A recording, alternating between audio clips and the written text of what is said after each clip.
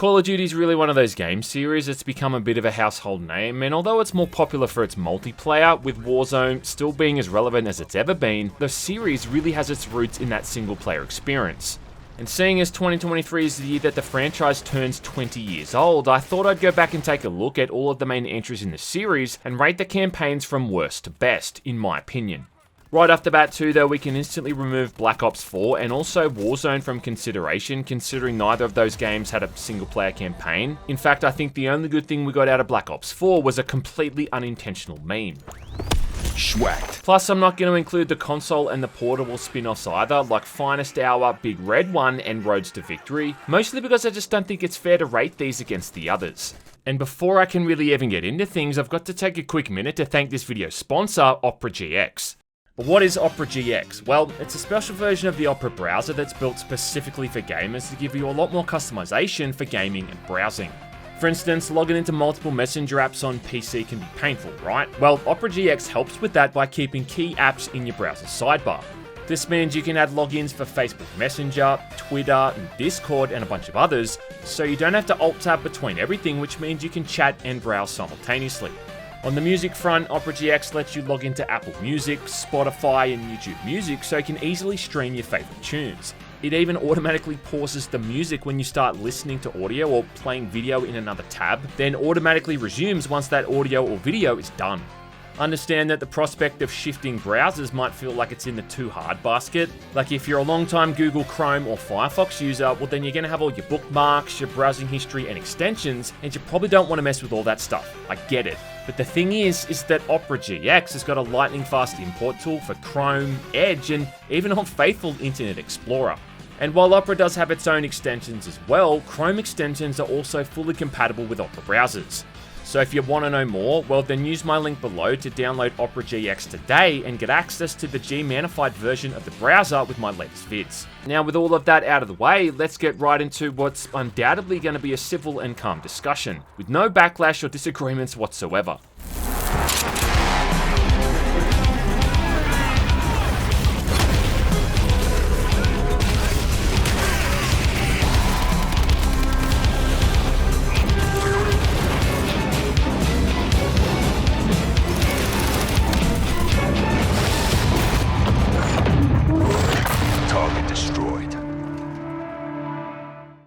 Right, so at the bottom of the list we've got Black Ops 3, and it kind of pains me to put a Treyarch game so low on this list, but the simple fact is that they dropped the ball with this one big time. This one came out during the height of the whole exosuit phase for the series, and along with Advanced Warfare and Infinite Warfare, is set in the near future where wars just become a part of everyday life, and soldiers have just become an expendable commodity. What better way to capture that than by having you play as the most generic looking protagonist of all time, either male or female, which has absolutely no bearing on the overall plot by the way, and to make the whole thing even more dehumanizing, they don't even give you a name. This cannot be forgiven! In the opening scene, you're introduced to John Taylor and his team of augmented Black Ops soldiers kitted out with DNI, which is like a cybernetic system shoved into someone's back, which gives them all these improved physical abilities, but also the option to remotely control computer systems. Then after a particularly and almost kind of unnecessarily gruesome prologue where your character's ripped apart by a robot, literally, you get your very own DNI system too. From that point on, it becomes this confusing, jumbled mess as you move from location to location, shooting human soldiers and hostile robots, tracking down Taylor and his team, and trying to uncover the reasons for why these guys suddenly all went rogue. Yeah. All with just really bad voice acting and dialogue that just often doesn't make any sense. You know what they say about staring into the abyss? Let's go. That doesn't make sense. Despite having some pretty talented actors in this thing as well, like Katie Sackhoff and Christopher Maloney, they're just completely underutilized and ruined. In fact, it's genuinely impressive how much they ruined how Katie looks for this game. I mean, it takes genuine talent to take a woman that attractive in real life and make her look this hideous. Certain cinematics also just have outright bad editing and shot composition. Like there's one scene early on here when the player has like a PTSD episode, and it's got so many jump cuts in it, it's like I'm watching Liam Neeson jumping over a fence all over again.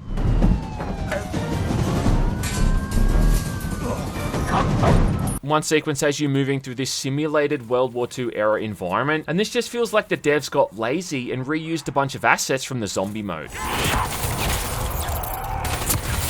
As for the gameplay, well, it's a classic example of throwing a bunch of shit at a wall and just hoping something sticks. That DNI interface gives you a whole bunch of abilities, and the one you're going to use the most here is the tactical view mode, which is more or less like a constant wall hack, letting you see enemy outlines through solid objects, which does sound neat on the surface, but it just leaves the screen looking completely cluttered to buggery. And to make it even worse, the ground beneath you is often lit up to highlight when you're in a danger zone or something. Would you say we'd be venturing into a zone of danger? So it's like every possible direction you look towards has some kind of distracting graphic. It reminds me of those old memes you'd see back in the mid-2000s where people would make these fake screenshots of what they expected FPS games to look like in the future. And a game like this and its over-designed heads-up display encapsulate exactly what those memes were making fun of. As for the combat abilities, now these are called cybercores, and instead of like a neat little list of them, you've got 3 categories with 6 in each, giving you 18 abilities all up to play with. You can do things like overheating robots to make them explode, you can short-circuit robots to make them explode, you can stun human enemies, you can disable someone's exosuit, or attack them with nanobots.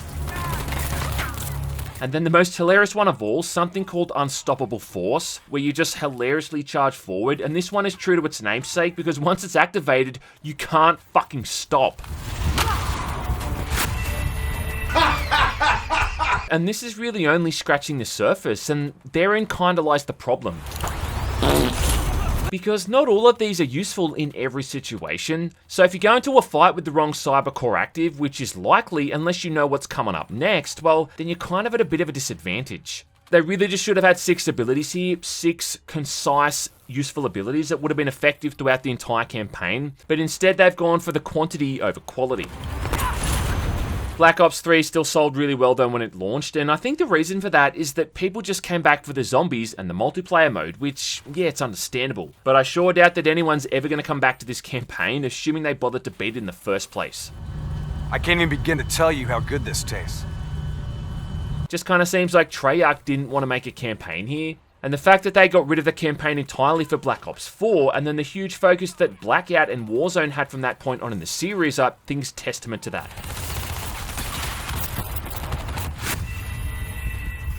Next up, we've got Vanguard, released in 2021 by Sledgehammer Games, and this is one of the worst performing games sale-wise in the whole franchise, and yeah, there's a reason for that. Activision reckoned that it was because of the World War II setting, but I said that's kind of bullshit. The most likely explanation is that Warzone was already bigger than TikTok by that point, which meant that no one gave 2 shits about a completely fictional story set in the 1940s. Is that supposed to impress me? Yeah, you see, despite the World War II games in the series often trying to have some level of historical accuracy, this time that's all been thrown out the window, telling the story of Task Force Vanguard made up of these 6 soldiers from different military backgrounds. You've got 2 pommies here, Kingsley and Webb. There's the Russian Polina, Yankee Wade, Novak from the Czech Republic, and then Riggs the Aussie. Well, this is the nicest shithole I've ever been in. Not to be confused with Sergeant Riggs from Lethal Weapon. You gotta be bloody joking. All set towards the end of the war when Hitler's already offed himself as they're trying to uncover a secret Nazi operation called Project Phoenix. Oh, just get out of my way. The setup to these guys uncovering this project is also kind of weird to me, because in the beginning of the game they're captured when things go awry, but then somehow it's like that was their plan the entire time or something. The hard part wouldn't be fooling Richter into spilling what he knew of Project Phoenix. The hard part would be convincing the others not to kill him first. Was getting caught part of your plan? Of course. We also then get origin stories for every single one of these characters to show them during some kind of pivotal moment in the war, and that's fine, but these often go on for so long that you almost forget what the overarching story is. It'd be like that scene in Inglourious Basterds where Samuel L. Jackson is introducing everyone, but imagine if that scene went for 5 hours instead of 5 minutes. And yeah, man, what a perfect comparison to make here to Inglourious Basterds, because it really does feel like a crappier version of that same story. Are there other teams like this one? About this group of Nazi hunters all invested into the conflict for their own personal reasons. Now, ignoring that massive list of historical inaccuracies when it comes to the weapons, like seeing Japanese soldiers carrying around STG-44s, or the fact you can fire an MG-42 like it's a laser pointer, the campaign is still just rife with bad design choices. I actually didn't mind this campaign at first though, and I think that opening level set on the train during the rainstorm was really awesome and had a cool vibe. The mission after that when you're playing as Kingsley when he parachutes into France is actually kind of tense as well, with you being separated from your squad, having very little ammo, and then having to avoid the Germans. But then 5 minutes later, you're back to just mindlessly shooting things. There's a mission in Papua New Guinea, and I kind of enjoyed this one too. Simply because we just don't get that many World War II games set in the Pacific Theatre. I mean, you even get to use a flamethrower at one point.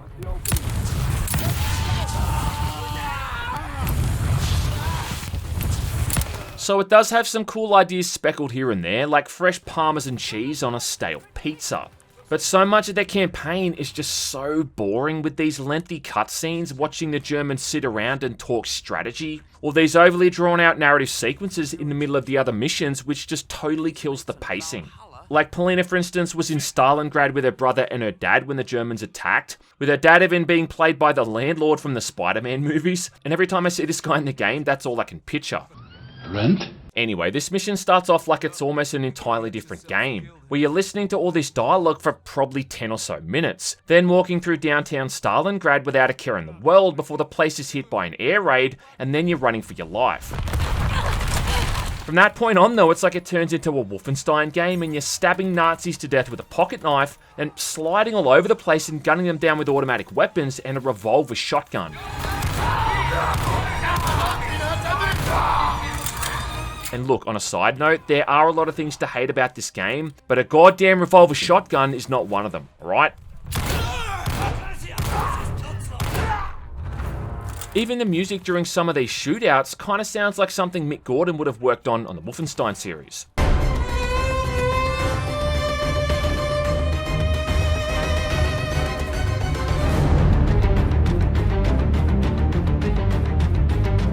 The final showdown is against the officer responsible for the attack on Stalingrad, and this is like that boss fight from The Last of Us with Ellie and David, only this time instead of being in a diner, you're now sneaking around an abandoned department store to try to get behind the guy and stab him in the back. 3 times. Yep, sounds familiar. Fuck!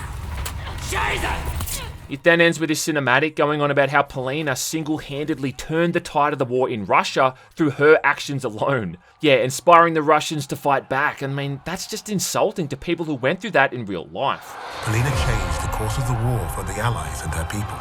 But then, of course, there's the way they portray the Aussies.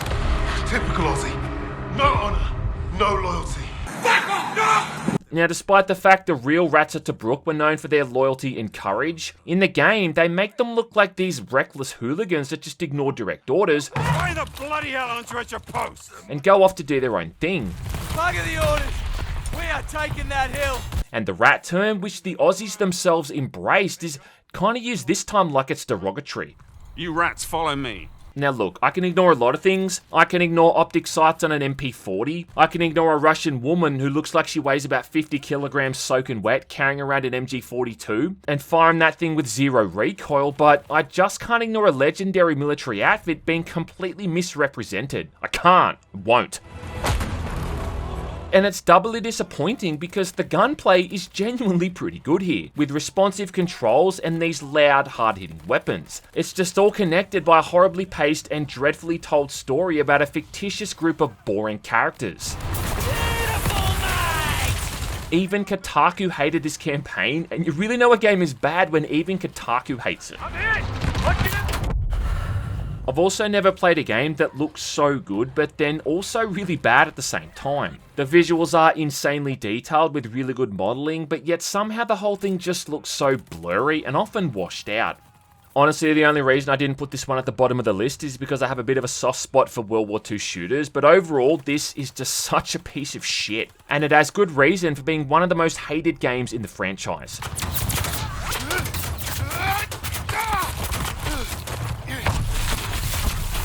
Next up on my list is a game I don't think anyone's going to be surprised to see so low, and that's Call of Duty Ghosts, released in 2013, and this one stings the most because it's an Infinity Ward game. You know, the team who really should have done a bit better. That's real admirable of you. Ghosts had that unfortunate timing of coming out when the series really didn't seem to know where it was going next. We just had the conclusion to the whole Modern Warfare storyline, and even Black Ops 2 had done a really good job at building upon the foundations laid out in the first game, adding in multiple endings.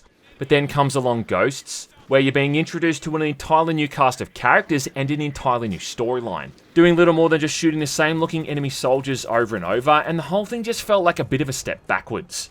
It was also the apex of the dude bro era in gaming, and playing as a bunch of generic looking special forces soldiers with names like Walker really wasn't helping either. I mean, if one of the characters was named Kyle, it honestly wouldn't have surprised me. Now, there's really only like a couple of things I can remember about this game that stick in my head all these years later. Firstly, that you get a German Shepherd named Riley to assist you during certain missions. And although I might be the most cynical, jaded asshole on the internet, I still can't ignore how fun it is ripping out someone's throat with a highly trained attack dog. And secondly, the thing I remember the most is that this game launched around the same time as Nvidia's Shadowplay was released. Yeah. That's about it. Ghost is set in the near future where the world has been decimated by nuclear war, and the United States is in direct conflict with the Federation, a new superpower comprised of Latin American countries. Yeah, that's actually the plot. There's a cool prologue set on a space station though, outside Earth's atmosphere, which is admittedly pretty impressive. Then you get to watch the destruction caused by that same satellite in real time back on the ground. Get across! Quick!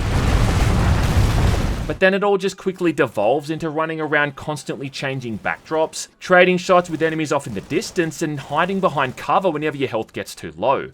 And had the whole thing came out 3 or even 2 years prior, well, it might have been more exciting to play through, but you just can't help the feeling that you're retreading the same steps that Modern Warfare and the Black Ops games have already taken, and all the super advanced fish AI that they cram into the game ain't gonna fix it. With this being an all-new Call of Duty, we've really taken this opportunity to revamp Fish. It just kind of shows how the series had become too scared to try new things or take too many risks. Like, there's a stealth mission where you're separated from the rest of your squad and only have a pistol and a knife, and in any other game, this would have been a tense and harrowing experience. Only, this is Call of Duty. So they go ahead and give the player like a motion tracker which highlights where every enemy is, and your pistol is silent so you can pop skulls to your heart's content.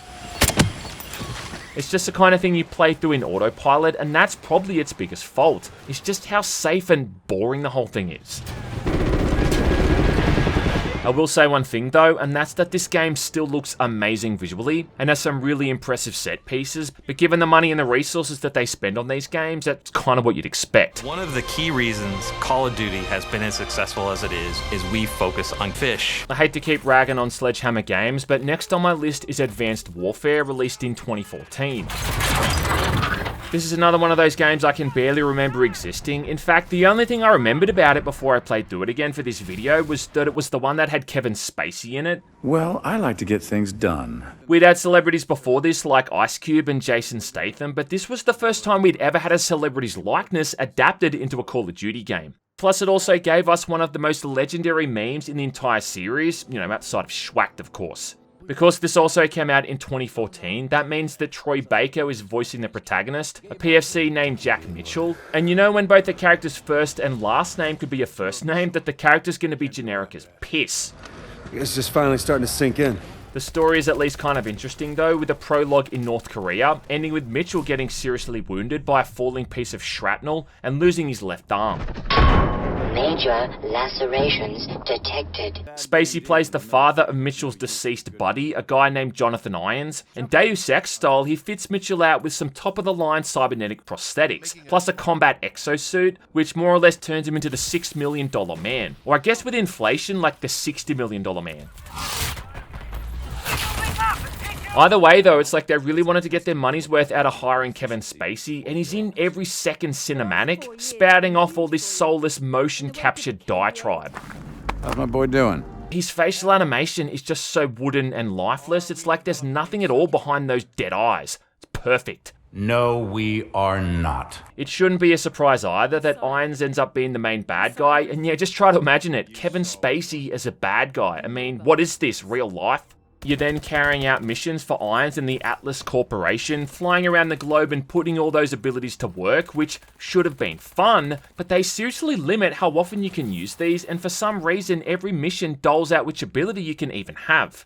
Like having a ballistic shield you can pop out of your arm to protect yourself from incoming damage. I mean, that would have been useful if you actually got to use it throughout the entire campaign, you know, instead of only a handful of missions. And the grappling hook and the climbing gloves could have really provided some fun tactical options during combat, but again they're limited to specific missions and it just doesn't really fully utilise how dynamic it could have been. The inclusion of a dash move is also kinda laughable in a game where 99% of the damage you take is from hit scanning weapons and can't even really be avoided.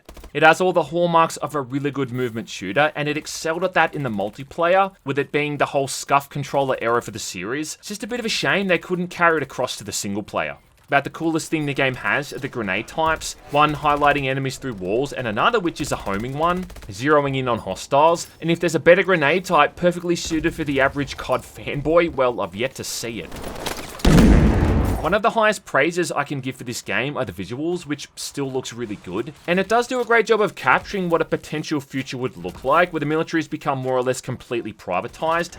Stability, safety, a chance to start again. That opening sequence in Korea is just really fun to play through, and some of the scripted sequences are again really impressive. It's also one of the only games I think I've ever played that features caseless ammunition.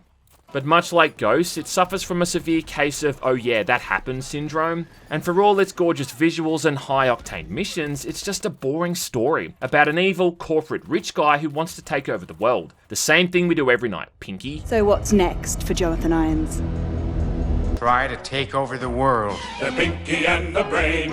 Now, the next few games I'm talking about, I think are like the middle of the road for the series. These are the good but not great entries, and I kind of struggled in what order to put these ones because I think they're all about on the same level. And these ones are Call of Duty 3, World War II, and Infinite Warfare.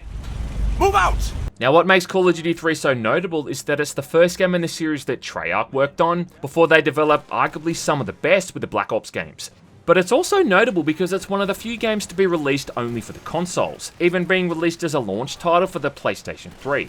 In the last two games you had the choice of 3 campaigns, the Americans, the British and the Russians. Here now in the third game, instead of the Russians, you've got a Canadian and a Polish campaign as well, along with the Americans and the Brits. And some of these campaigns, particularly the Canadian and the Polish one, are just brimming with soul and charm. Bomber down, we're nearing the target. The bomb's ready, buddy. The Polish campaign is all about a Sherman tank division aiding the Brits and the Canadians in France, and it all comes to a head in an epic showdown against the legendary German tank commander, the Black Baron. The hunt is on! This is actually based off a real SS tank commander too, someone who fought in the war, and there's a whole mission where you hunt this guy down and corner him, and it's just awesome. They'll give you a promotion for this. They'll give us all promotion for this. The biggest problem I think this game has though comes with the platform, being the PlayStation 3 and the Xbox 360, mostly in that low FOV, which often makes it feel like you're seeing the world through binoculars. The moment-to-moment shooting is fine and just rehashes the regenerating health trend that the series has become known for, but it really is just a lot of running, shooting, reloading, and repeating that for the 5 or 6 hours it takes to beat the campaign. This was also the era before developers realized how stupid gimmicky controls are, which means you often have to perform these elaborate sequences just to do the most basic actions like planting bombs or getting into melee fights. Like, did we really need a section of the game here where you have to manually move an ore around to move a rowboat? If you played it on the PlayStation 3, it was even worse, forcing the player to use the 6-axis controls. And there's a reason why barely any games ever use the 6-axis controls. You want to know why that was? Because they were fucking stupid. It's true, but he shouldn't say it. Still though, this thing wasn't as nearly as bad as some people make it out to be, and the only main thing it has going against it is that you can't play it on the PC, outside of emulation. What's even scarier though is that PS3 era games like this one are pretty much becoming retro at this point, which just makes me feel even older than I already am.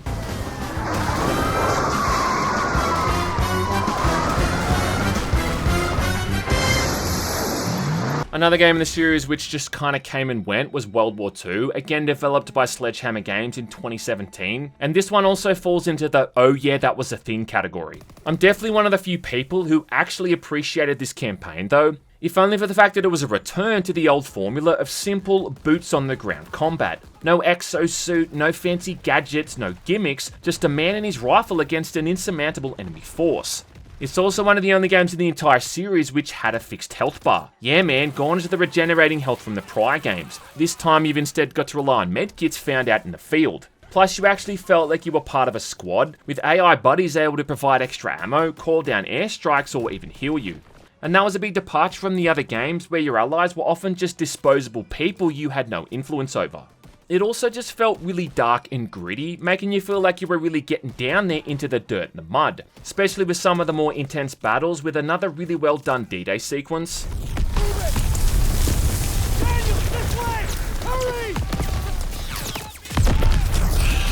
The times you get to use a flamethrower might be few and far between, but the screams coming from the German soldiers when you light them up is the kind of stuff that's gonna haunt your dreams.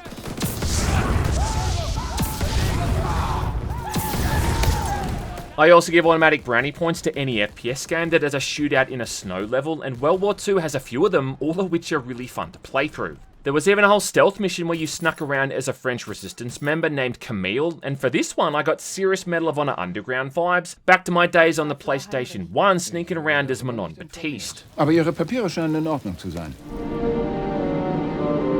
Nice credentials. So, all in all, not a half bad campaign. Just one that had the timing a bit off, I think, considering the general trend for these stories was to go ahead in time, not backwards. So I think this one was treated a bit unfairly, especially given the risks it tried to take to differentiate itself. Flame shot.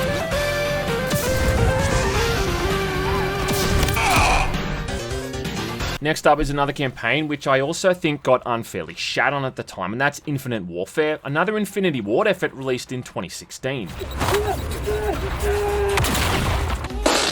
Infinite Warfare doesn't even really feel like a Call of Duty game to me. It's more like Killzone or Red Faction, featuring this hostile military group on Mars called the SDF that cause all-out warfare against Earth and the United Nations Space Alliance. Fuck, say that 5 times fast. The SDF is led by Salem Koch, which sounds like it should be a genital wart cream, played by Jon Snow himself, Kit Harington, who's actually pretty good in the role. This is Admiral Salem Koch of the Olympus Mons. You are defeated. Along with having one of the most underrated bros in all of gaming, Ethan, the wisecracking soldier bot who's by your side almost the entire time.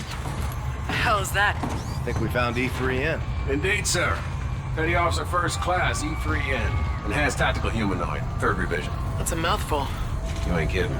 He's kinda like BT from Titanfall 2, and what do you know, man, both games came out within a month of each other. Look like you can kick some serious ass. Well, now you're just making me blush, sir. You're playing as Captain Nick Reyes, and after the prologue where Earth is attacked, you end up becoming the de facto captain of the Retribution. As the highest ranking officer on board, I believe you do, sir. A humongous military space carrier with an entire crew awaiting your orders, and a galaxy waiting to be explored. Yeah, kinda literally, because aside from the main story missions where you're fighting back against the SDF, you can also head off and complete optional side tasks to unlock upgrades. It actually has side missions. Yeah, side missions and Call of Duty, not something you often hear mentioned in the same sentence. Being set in the future and in space means they're really just able to come up with whatever they want to, and that's more or less what they've done here, which means you get to blast your way through some really cool looking futuristic environments. It's almost got a bit of a Halo feel to its combat too, with ballistic and energy weapons which work better against human and robot opponents. It's also one of the few games I think in the entire series which lets you cook grenades before throwing them, and overall the gunplay just feels smooth, fun and responsive. Those 0G sections where you float around in space offer up some nice distractions, and it also gives the player a bunch of abilities to play with, even if some of them just do feel like they've been recycled from Black Ops 3 and Advanced Warfare. Like that pop-up shield, for instance, makes a return, and can again be used to protect yourself or just as a way to bludgeon people to death. You can hack into robots to take them over and turn them against your enemies, or just to cause them to self-destruct and blow up.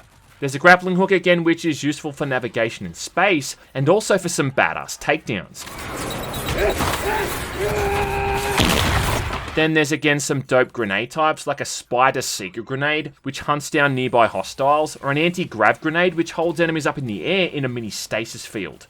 Then when the whole thing starts to get a bit boring or repetitive, they mix things up with these surprisingly fun space combat sequences, flying around in a jackal fighter and getting into these dogfights against enemy ships. So if you're thinking the whole thing sounds pretty cool, well, that's because it is, bitch. Overall, this one got overlooked and shoved at the bottom of the pile when it got released, I think more because of its multiplayer mode, which did go on to become one of the most disliked multiplayer components in the entire series. But what the campaign set out to achieve, it mostly did. And it is almost worth checking out just for how much it doesn't feel like any other game in the series. Solar wind should be steady. Good hunting, Captain. Next up, we've got Modern Warfare 3, again developed by Infinity Ward and Eiffel Towered with Sledgehammer Games in 2011. The epic conclusion to their Modern Warfare trilogy, and something that pretty much every man and his dog was playing at the time. Dad, behind you! Modern Warfare 3 begins at the dawn of a Third World War after Syria's antagonist and all-around dickweed Makarov has all but single-handedly instigated the whole thing after shooting up a Russian airport. So now America is under attack by Russia, and when the Russian president attempts to attend peace talks, his plane is shot down, his daughter is kidnapped, his dog is kicked in the balls, and then chemical bombs are detonated all around London, killing innocent civilians. One sequence involving an unfortunate family who just happened to be standing right in front of a truck before it blows up. And that must be one mighty strong camera lens because it doesn't even shatter in the slightest when a bomb goes off right near it. But that's kind of what they had to do by this point to still effectively shock the player and really hook them in. And there was definitely a bit of a sense of Modern Warfare fatigue by this point, with Infinity Ward's answer to that just to be to make even more elaborate set pieces and shock value scenarios. Like seeing the Eiffel Tower being destroyed and collapsing in real time, which admittedly is still pretty impressive, high-speed chases through the London Underground, or seeing the Russian president's jet get ripped apart as it comes crashing down into the ground. Everything else though just kind of seemed to feel so familiar by that point, you know what I mean? Like hopping back into a gunship for the 50th time, or mindlessly mowing down enemies with a combat drone just didn't have the same appeal anymore, try though as it might. That's not to say it was bad though, and there's still a lot of reasons to still play this. Despite the story still being heavily focused around Soap, Captain Price, and Nikolai, they thought it was also a good idea to have you play as newcomer Yuri, working with Price and Soap to hunt down Makarov. And the twist about this guy formerly being one of Makarov's best bros definitely throws a spanner into the works. This story also had all these returning characters at their absolute low points, hunted down by their own governments, and desperate to prevent another war which really would put the planet on the brink of collapse. It's an example of having all your chips on the table, and the ultimate fate for some of these beloved characters was really tough to sit through, especially considering by this point we'd literally been through an entire war with them. The final mission with Yuri and Price assaulting a hotel in Dubai, armed with LMGs and wearing what was more or less just juggernaut suits, was a pretty damn fitting ending for one of gaming's most memorable villains, and honestly one of the best final missions in any Call of Duty game. So all in all, it was a good send-off and a conclusion for one of the best trilogies ever, especially as far as first-person shooters go. Good work, team. That's one for the books. Easy day, Overlord. Sandman out. Next though, we go back to where the whole thing started, where the original duty was called way back in 2003, with Infinity Ward's debut, and look, I might be a little bit biased here considering I still have fond memories of playing this thing, but I think mostly it still holds up. The long and short of it is that none of these games would exist without the original, and then what's even funnier to consider is that Call of Duty wouldn't have existed without Medal of Honor before it. It's no secret that Infinity Ward was made up of guys who'd worked on the Medal of Honor games and wanted to take that genre in a new direction, so they splintered off, made Infinity Ward and then Call of Duty. And it's like they took the concept of the D-Day mission in Medal of Honor Allied Assault and applied it to an entire campaign, letting the player experience all of these impressive large-scale battles, so you really felt like you were part of an actual army instead of a one-man one. What's also crazy to think about is that the engine they used in this, which was a heavily modified version of the Quake 3 engine, was used for over a decade later in the form of the Infinity Ward engine. Believe it!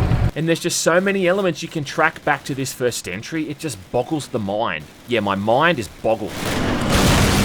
Compared to the Medal of Honor series, which always had you in the boots of a US soldier, Call of Duty was able to move past that and give you campaigns for other countries, which meant you also got to play as a British and a Russian soldier. You're playing as Private Martin for the American campaign, you're playing as Sergeant Jack Evans for the British one, and then Corporal Alexei for the Russian one, which in no way was inspired by the film Enemy at the Gates. That was sarcasm.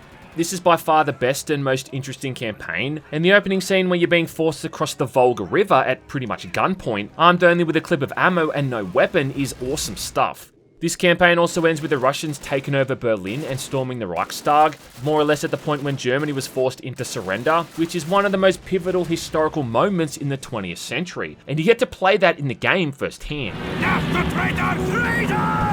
Call of Duty was also notable for helping to popularize certain FPS mechanics like aiming down sights, being able to lean left and right, and changing your stance between standing, crouching, and going prone.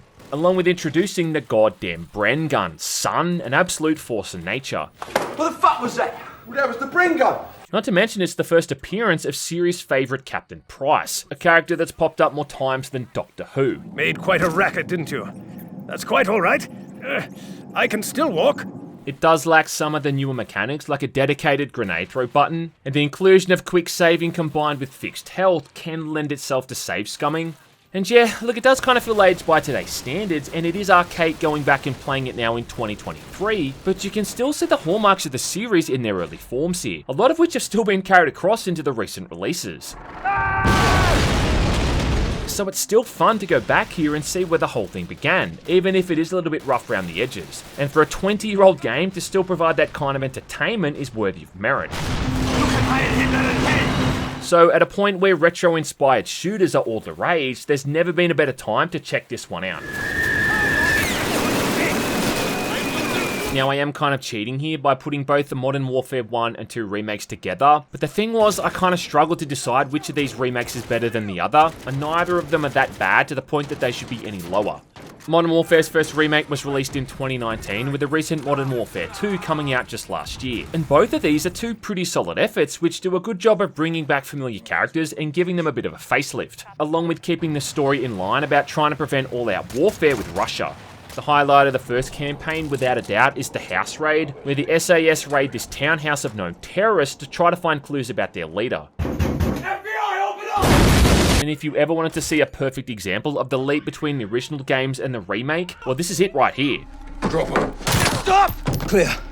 To the point that it really does feel like you're seeing the world through the body cam of an SAS soldier, as you methodically move from room to room. This whole sequence is just tense as hell, and you never really know who's going to pull out a weapon and take a shot at you either. And you know they were so proud of how this whole mission came together because they reused the same concept later on in the campaign. As for Modern Warfare 2, well, it does exactly what the original Modern Warfare 2 did, just dial things up to the next level. And not only does this also have its own versions of those house raids, but in some ways it feels like throwbacks to the missions from the original game, with like an entire level where Gaz is sneaking around with a sniper rifle that kind of feels like an updated version of All Gillied Up. Alright, keep down. Stick to the grass. We don't need to fight them. You have to maneuver. Do it slow and steady. No quick clumps. My favourite though is the one when you're trying to stop a terrorist from crossing over the Mexican border into the US, which ends up with you getting ambushed by the cartel and left for dead in a burning building. Yeah, damn. There's some awesome combat sequences later on as well, like one on a tanker that's rocking back and forth, where I've seen that before, where the shipping containers fly back and forth across the deck due to the motion of the ocean. That rhymes. And then for a lengthy chase sequence, you spend as much time upside down hanging from a chopper as you do the right side up, hijacking all these vehicles as you try to make it to the front of the convoy. Plus, it's just so awesome seeing the boys back together again. You know, seeing Price, Gaz, and Ghost, and somehow it makes these guys seem even more badass and legendary. Sergeant McTavish. Good to see you, Captain. Ghost. Garrick. Bryce. Anyone who's played the original Modern Warfare 2 knows what that end twist is going to be, and they do play their hand earlier than they did before in that regard, but they've made enough changes to the overall story here that the whole thing still catches you off guard. So, you know what? Overall, I ain't got nothing against either of these games, and I think they do a good job at updating those old classics for a new generation. Just make sure you play the originals beforehand. Next up, we've got another Treyarch entry with 2008's World at War, and I'm a pretty big fan of this one too, if only again because it's one of the few times the franchise has set foot in the Pacific Theatre. And the Pacific theater was just a hell of a lot different to the fight in Europe. I mean, there was illness, there was disease, and the Japanese army was way more ferocious and ruthless compared to the Germans, bound by a code of honor which meant they were really fighting to the death. This means you get some pretty gruesome and horrific scenes, along with a pants-shittingly terrifying image of banzai charges. Something which is more or less literally like seeing your death coming running towards you, screaming its lungs out. World of War also features a flamethrower, and again, it kind of makes you feel like you're committing a war crime, which you kind of are.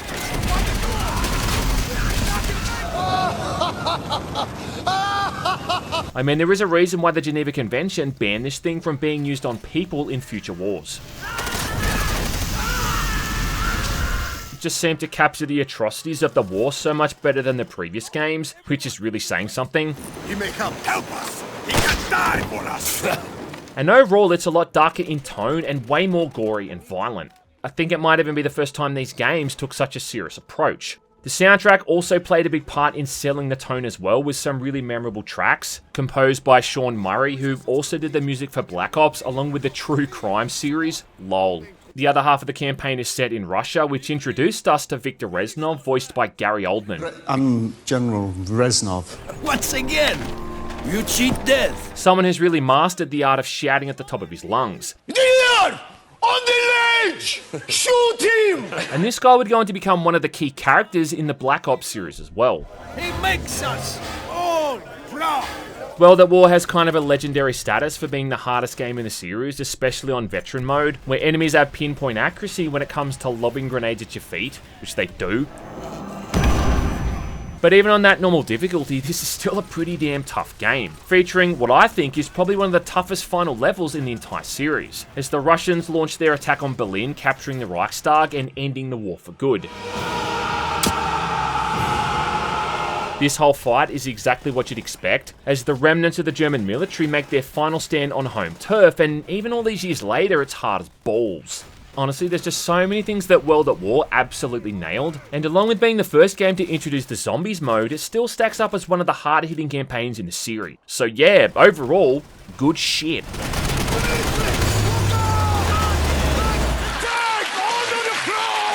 Now, one of the most pleasant surprises I had when making this entire video was playing through Black Ops Cold War for the first time, a campaign I went into with absolutely no expectations and ended up being really impressed by. Really?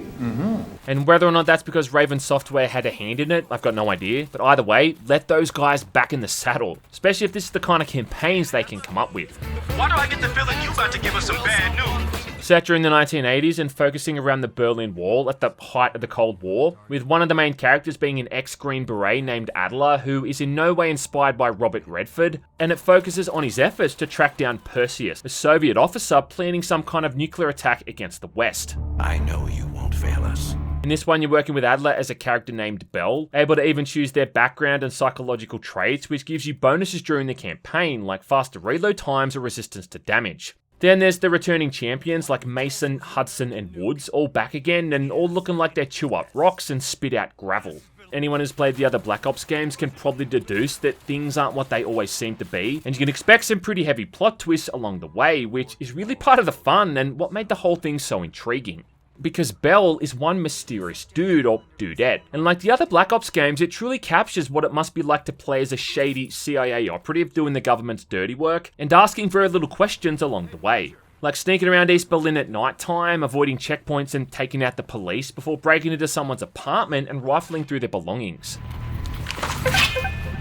Or finding pieces of evidence and trying to decode all these clues to figure out details on conspirators and other enemies of the state. Hell yeah, that's it. You did it, Bell. But it's also just chock full of really cool sequences, like a shootout in Amsterdam, plus all these awesome Vietnam War flashbacks where the licensed music is on point, and really just made me wish that they made a full campaign set in that era.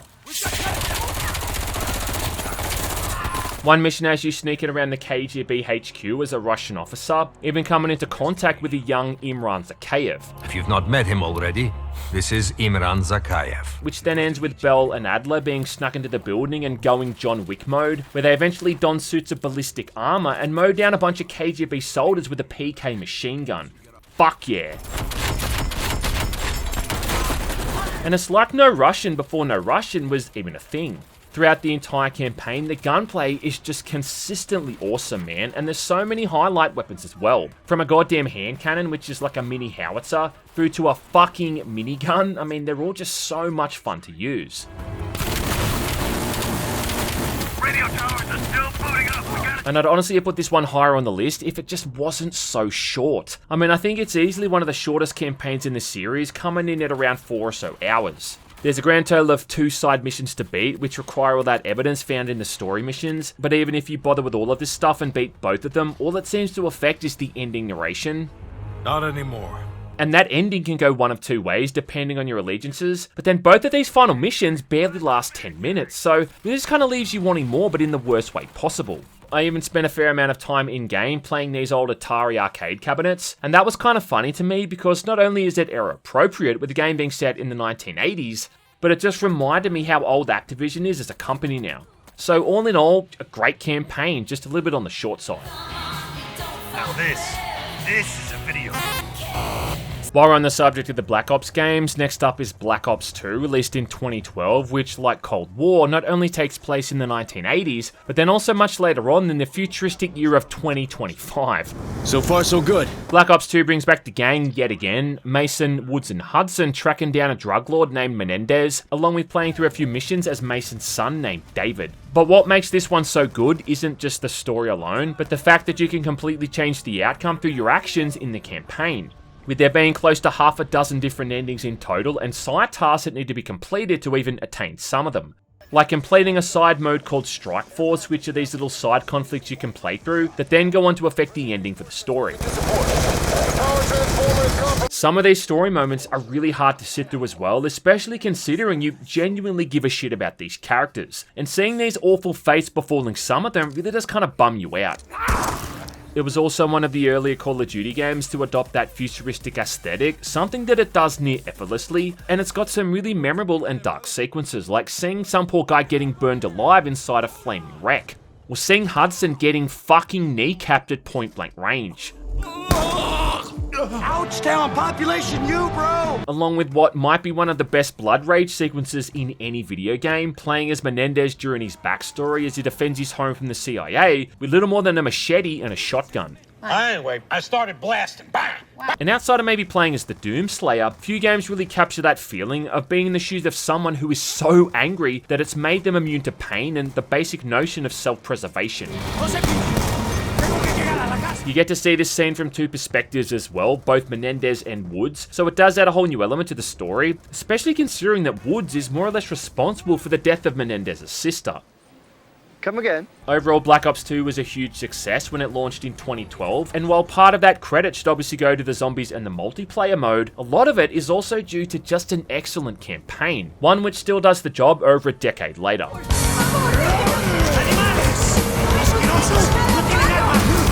But as good as Black Ops 2 was, it all wouldn't exist without the first game, released in 2010, and I think a lot of people would probably argue that this is the best in the entire series, and in some regards, they wouldn't be wrong. Talking to you! What makes Black Ops so fun is that while it does kind of have a bit of historical accuracy when it comes to certain key events, because it's dealing with an organization as mysterious as the CIA, it truly gives Treyarch creative freedom to come up with whatever insane scenarios they want. And that's exactly what they've done. And it's still really one of the best stories in any Call of Duty game. It's mysterious and gripping from start to finish. Set in the 1960s during the Cold War, you're playing as Alex Mason, voiced by Sam Worthington, in one of the few roles where he's not as boring and stiff as an ironing board. Who are you people? What do you want from me? Yes, I'm having difficulty controlling the volume of my voice! Rent? Being interrogated and forced to relive out his memories in real time to make sense of a jumble of numbers which seem to have a higher purpose. And they do. Take us back again, Mason. Because all these numbers are linked to a mind control project, with Mason apparently being a sleeper agent programmed to assassinate JFK. Shit. I'm told that you are the very best that we have.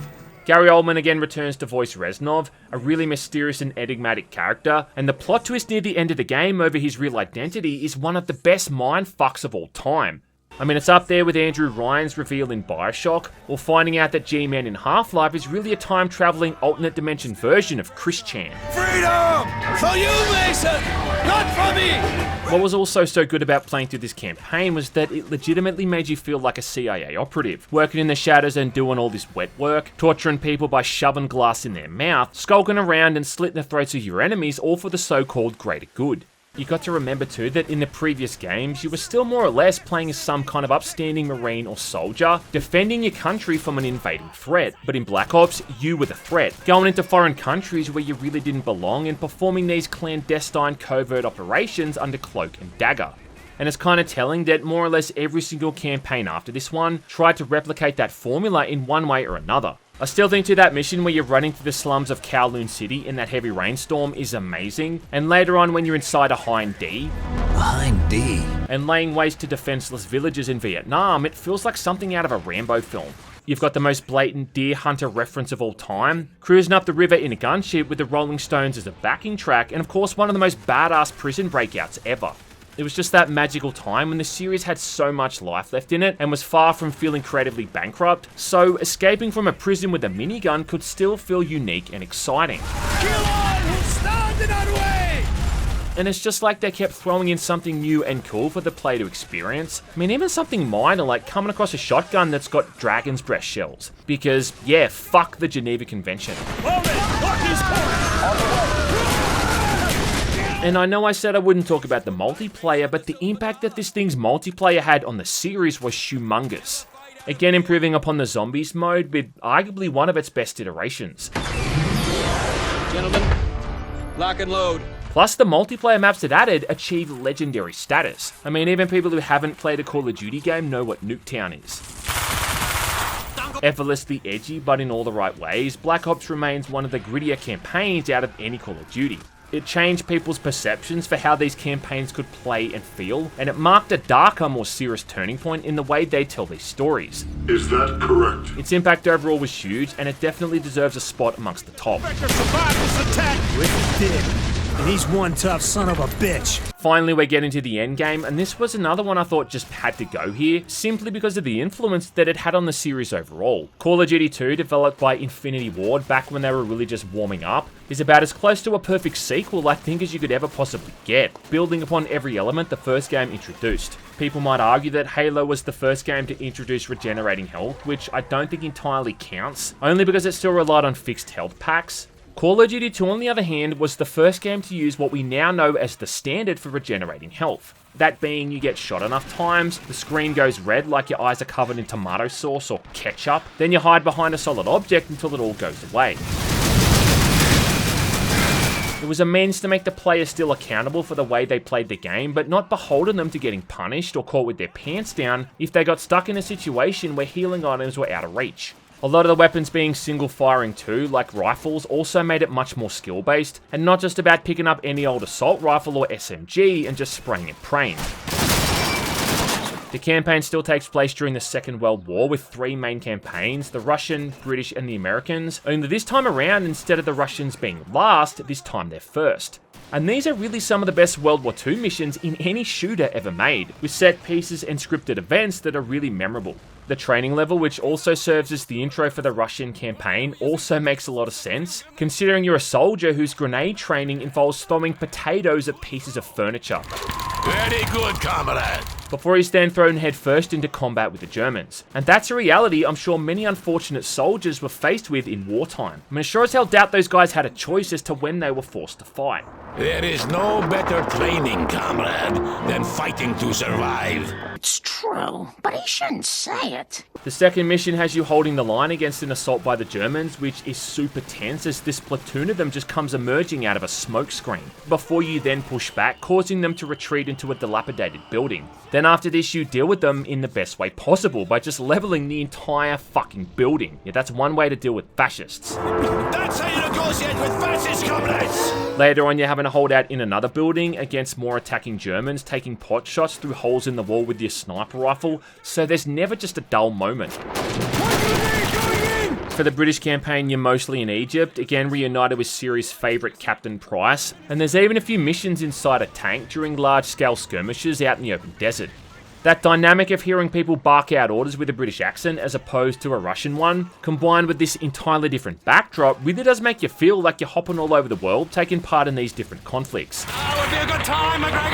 I'm doing my best, sir! McGregor! And I'm still a little bit scarred from seeing that poor soldier ripped to shreds when he's lit up by that machine gun through the wooden door. The US campaign also has one of my favourite missions in any Call of Duty during the Battle of Point de Hoc, where you first storm the beach and climb the cliffs, then push the Germans back into the forest, before then getting pushed back yourself during a counterattack, and barely surviving on the cliffs before narrowly being saved by reinforcements. The victory screen then has this really poignant narration by Ronald Reagan, and the whole thing just always gets me emotional when I hear it, because, you know, all of this stuff is based off battles that actually happened. They climbed, shot back, and held their footing. Soon, one by one, the Rangers pulled themselves over the top, and in seizing the firm land at the top of these cliffs, they began to seize back the continent of Europe. 225 came here. After 2 days of fighting, only 90 could still bear arms. These are the boys of Point de Hoc. I mean, you kind of forget when you're caught up in how fun these World War II games are to play that they're really based off tragic, real-world events. You know, where our forefathers and ancestors fought and died for us, to give us the freedom that we really take for granted. Like the final mission for the US campaign is the attack on Hill 400, again, another real-life battle. Only this time it doesn't last for 4 months like it did in the real world, it only takes 20 or 30 minutes. What was also good about the combat in this one was how open-ended it often felt. A lot of the time, while you were still directed through linear routes, it also often gave you the option of how to approach your next objective. You might have multiple entry points into buildings and could try to circle around and flank enemies if the situation allowed it.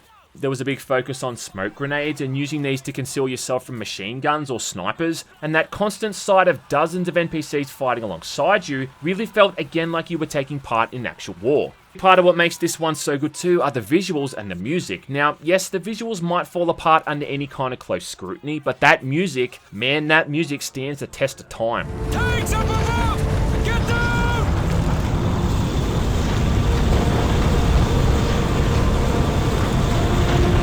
Composed by Graham Revel, the music often gets overlooked in a lot of COD games, but back then, this played as big a part in the overall experience, I think as much as the gameplay did. And some of those sequences are memorable to me for that reason alone. Die, Fritz! We'll throw you off in the spring! Now yes, I know in some ways I might have nostalgia goals for this one, and people less familiar with the series might expect it to be a bit lower on the list, but without a doubt, it's the best World War II entry in the series we've ever gotten, and such an important shooter as well for so many other reasons. I'll keep that in mind, Lieutenant. See to your men. Dismissed. Now, I thought long and hard about which game was going to be in the top spot, and from the beginning it was always going to be either Modern Warfare 1 or 2. And after careful analysis with a team of experts, ultimately it goes to Modern Warfare 2, but that is one fine motherfucking line. Either way though, the impact both of these campaigns had is just massive, and the groundwork for what Modern Warfare 2 would pull off was all set with Modern Warfare 1. Moving away from the historical accuracy of the prior games, this is an entirely new story set in modern times, well, modern for 2007 anyway, where you're mostly playing as Soap McTavish. What kind of name is Soap anyway? How a muppet like you pass selection.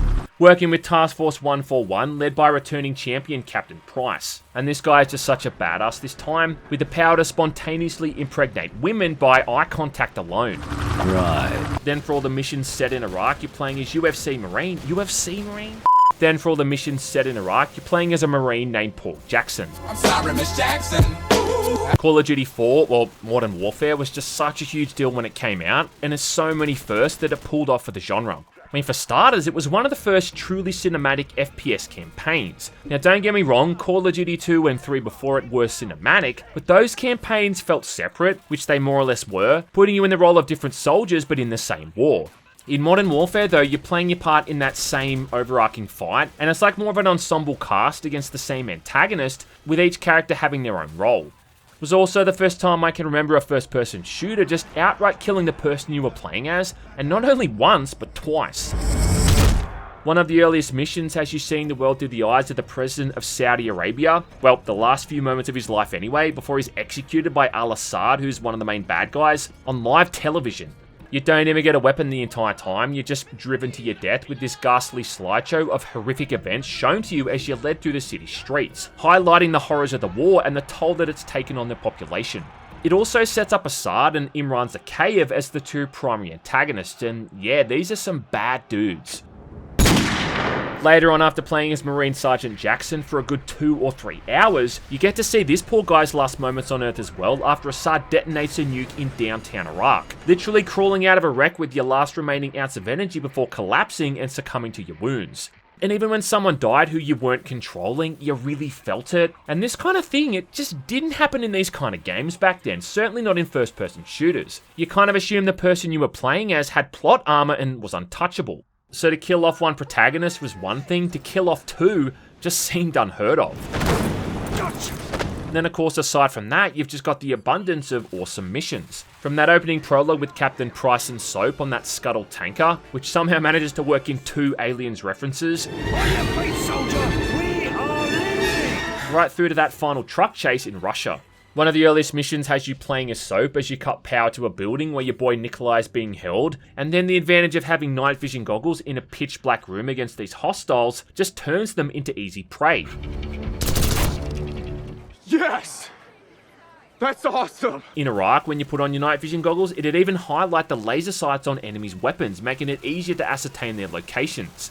It also had those really cool one-off missions like piloting that AC-130 gunship and covering Soap and Captain Price from the air, which is again something that had never really been done before. Oh, that's gotta hurt. Yes!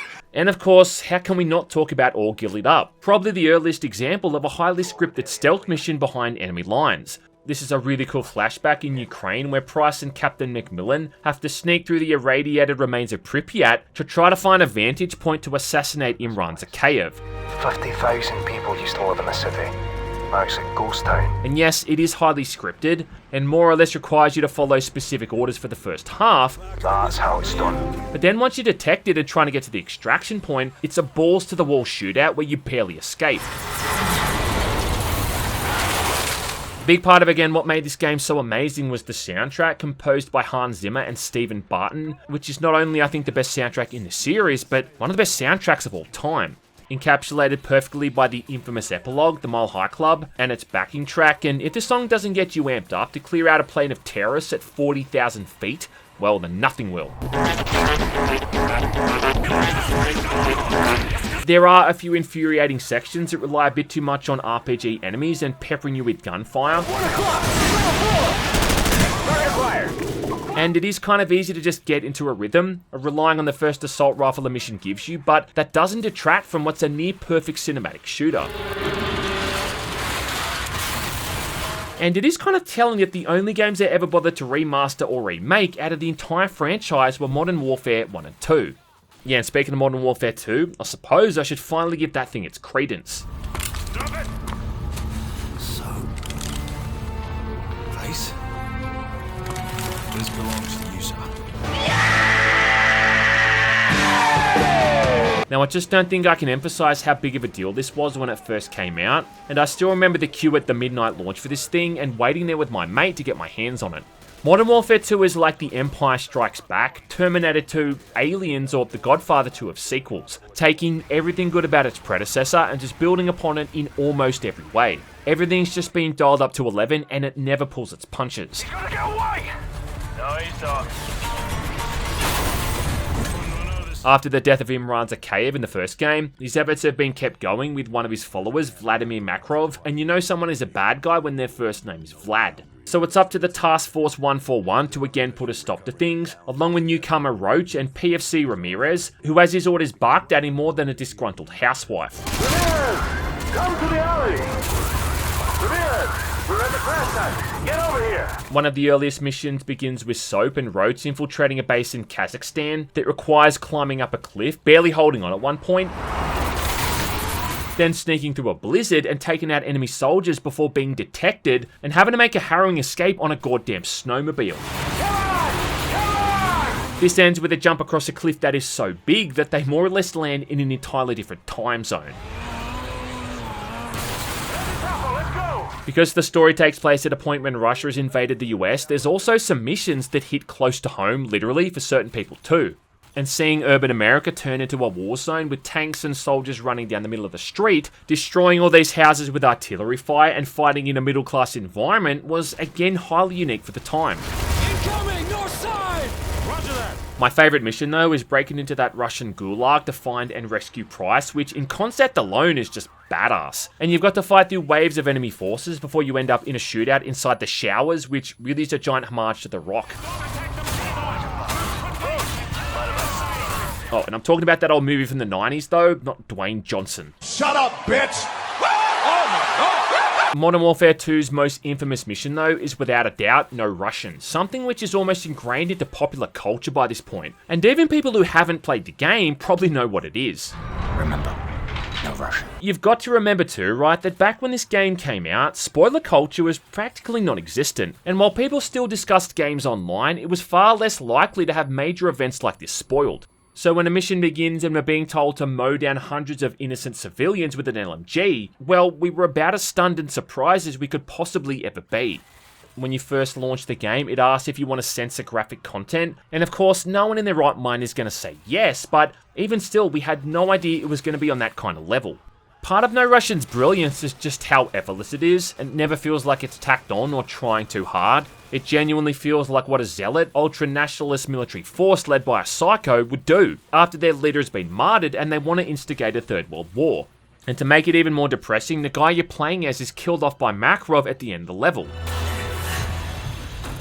Then of course there's that ending, one of the greatest moments of betrayal in all of gaming, outside of the times that Mario sacrifices Yoshi for a double jump. So you've not only got one of the most senseless villains of all time with Makarov, but then also one of the most misguided with General Shepard, and then the whole thing ends on a cliffhanger. Nikolai, go to get so badly. I know a place.